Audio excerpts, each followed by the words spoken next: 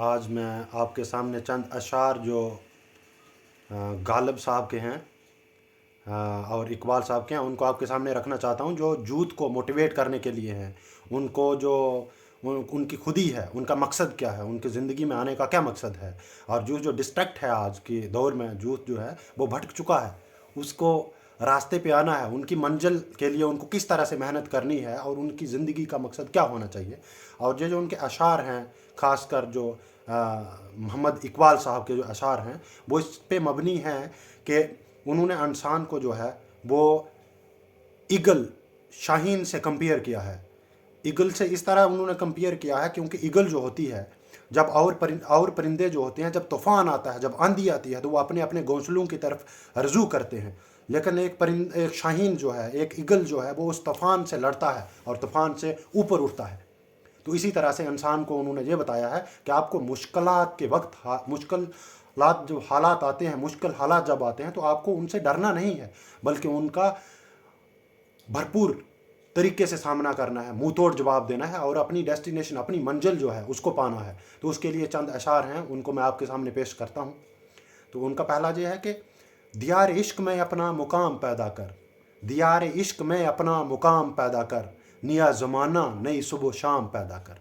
اگر دل فطرت شناس دے تجھ کو، اگر خدا دل فطرت شناس دے تجھ کو، سکون تے لالا گل سے کلام پیدا کر.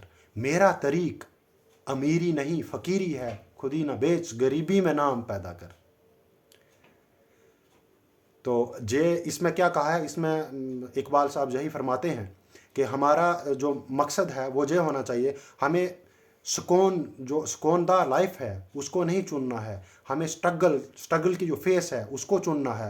اور ہمیں جب منزل مل جاتی ہے وہاں ٹھہرنا نہیں ہے. جیسے سٹگنیٹ واٹر ہوتا ہے، رکا ہوا پانی، اس میں مچھر پیدا ہوتا ہے، بہت ساری ڈیزیز کے کازنگ آرگنزم وہاں سے پیدا ہوتے ہیں. تو ہمیں اس ٹھہرے ہوئے پانی کی طرح نہیں بننا ہے، بلکہ ہماری جو مقصد ہیں اس میں ہم جب کامیاب ہوتے ہیں اس کے بعد ہمیں زندگی میں آگے کی طرف بڑھتے جانا ہے. تو دوسرا اشعار جو شعر میں جب بولنے جا رہا ہوں، جو اس پر مبنی ہے، جس پہ بنا ہوا ہے کہ ہم بولتے ہیں کہ ہماری ڈیسٹینیشن ہمیں کیوں نہیں ملتی، ہماری منزل ہمیں کیوں نہیں ملتی. جہاں اوپر والا، اگر کوئی انسان اوپر والے کو حاصل کرنا چاہتا ہے، خدا، اللہ، بھگوان، ایشور، گاڈ کو اس کو حاصل کرنا چاہتا ہے، تو کیسی ڈیزائر، کیسی اس کے اندر ایک انٹینسٹی کتنی ہونی چاہیے ڈیزائر کی. تو اس کے پرتی اقبال صاحب نے جو فرمایا ہے، انہوں نے کہا کہ اگر محبت کی تمنا ہے، یہ دنیاوی محبت نہیں ہے، جو اوپر والے سے حقیقی، جو عشق حقیقی ہے.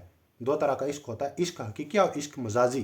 عشق حقیقی جو ہے وہ ایشور سے ہوتا ہے، اللہ سے ہوتا ہے، اپنی ڈیسٹینیشن سے ہوتا ہے. لیکن جو عشق مجازی ہے وہ اس دنیاوی چیزوں سے ہوتا ہے، لوگوں سے ہوتا ہے. تو عشق حقیقی پہ مبنی جو شعر ہیں، تو اس میں کیا فرماتے ہیں، اگر محبت کی تمنا ہے تو پھر وہ بس پیدا کر. بس ہوتی ہے کوالٹی، کہ اپنے اندر وہ کوالٹی تو پیدا کر.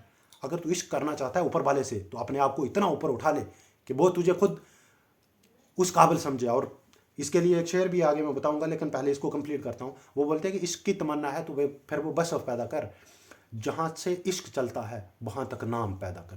عشق وہاں تک اپنا نام تو پیدا کر، کہ اوپر والا تیری اس محنت کو دیکھ کے تیرے اندر جو ٹیلنٹ ہے وہ اس کا لیول اتنا بڑھ جائے کہ اوپر والا تجھے پوچھے بغیر کچھ کام نہ، تیری قسمت نہ لکھے، تو اپنی قسمت خود لکھے، وہ قلم اور تیری قسمت کی قلم تیرے ہاتھ میں دے دے.